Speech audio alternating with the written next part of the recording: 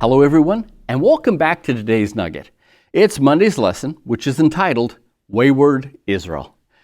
Now in this story we have Hosea, who happens to be one of Israel's most eligible bachelors.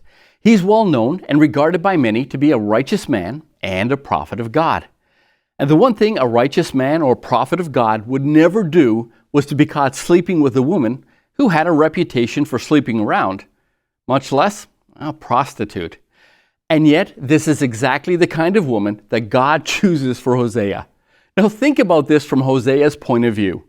What would people think of him for marrying a woman like this? Can you imagine the gossip? And by the way, people back then were very good at gossiping.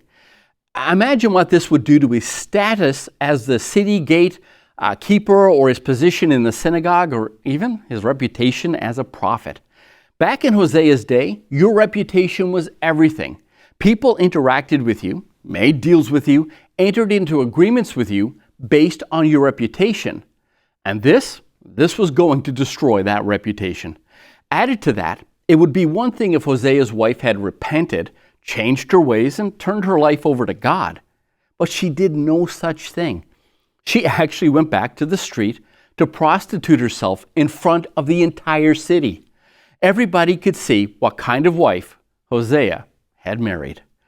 As a matter of fact, according to the law of Moses, Hosea should have called her out for her adultery and had her stoned and then moved on with his life. Good riddance. So why is God asking Hosea to put himself through so much pain and embarrassment? Because just like we see in Job's story this week, God is trusting Hosea to display God's true character to his people. That through this story, the character of God is revealed. Instead of wiping Israel out for its spiritual prostitution and adultery, God is determined to save Israel. Here we see a God of grace and not wrath. It's also a reminder to us that God sometimes asks us to do things for the salvation of others we might not like to do. Noah was ridiculed for the flood. Moses had to face a very angry Pharaoh. Abraham was asked to offer up his son, and Daniel was thrown into the lion's den. And these people of faith did so because they understood that their witness said something about who God is. God could trust his servants to reveal his character of love under extreme heat. Could God trust us to do the same for him today? Well, that was our nugget for today. God bless. Have a look at the lesson. I'll see you tomorrow.